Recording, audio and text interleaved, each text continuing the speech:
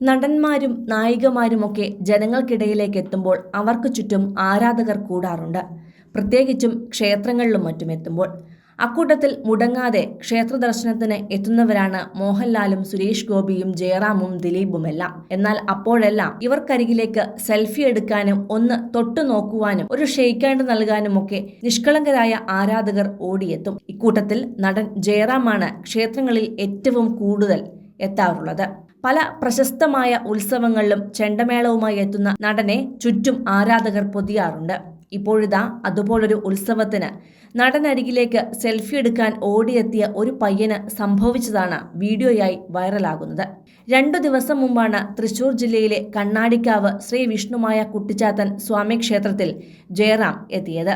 അവിടുത്തെ തിറവെള്ളാട്ട് പഞ്ചാരി മേളത്തിനായിരുന്നു നടൻ എത്തിയത്. മകൾ മാളവികയുടെ ഭർത്താവ് നവനീതിന്റെ മാതാപിതാക്കളും ജയറാമിനൊപ്പം ഉണ്ടായിരുന്നു.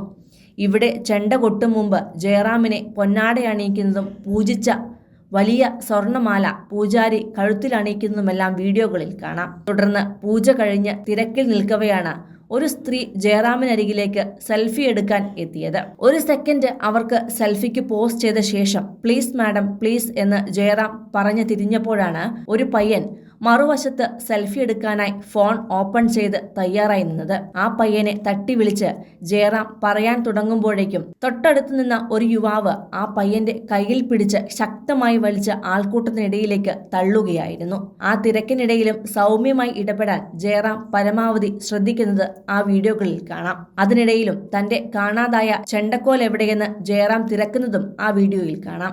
മാത്രമല്ല അതിനുശേഷം ആസ്വദിച്ചു നിന്ന് പഞ്ചാരി മേളത്തിൽ ജയറാം കൊട്ടിക്കയറുന്നതും ഭഗവാന്റെ അനുഗ്രഹം തേടി പ്രാർത്ഥിക്കുന്നതുമെല്ലാം വീഡിയോയിലുണ്ട്. 2 മാസം മുന്നേ ചോറ്റാനിക്കര ദേവീക്ഷേത്രത്തിലെ പവിഴമല്ലിത്തറ മേളത്തിൽ മേളപ്രമാണിയായി ജയറാം കൊട്ടിക്കയറിയിരുന്നു. ക്ഷേത്രത്തിലെ നവരാത്രി ഉത്സവത്തിന്റെ ഭാഗമായാണ് പവിഴമല്ലിത്തറ മേളം നടന്നത്.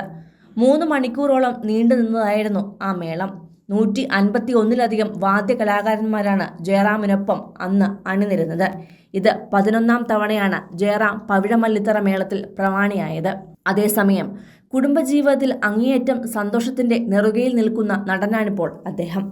ഭാര്യയും 2 മക്കളുമായി കുടുംബജീവിതം നയിച്ച ജയറാം ഇന്നിപ്പോൾ 2 മരുമക്കളും കൂടി ചേർന്ന കുടുംബത്തിന്റെ നാഥനായി കഴിഞ്ഞു. മാത്രമല്ല മലയാളത്തിനും തമിഴകത്തിനും ജയറാം ഒരുപോലെ പ്രിയപ്പെട്ടവനുമാണ്. കുടുംബജീവിതത്തിലെ തിരക്കുകൾക്കിടയിലും സിനിമ അഭിനയ ജീവിതത്തിനും അദ്ദേഹം തുല്യ പ്രാധാന്യം നൽകിയാണ് മുന്നോട്ടു പോകുന്നത്.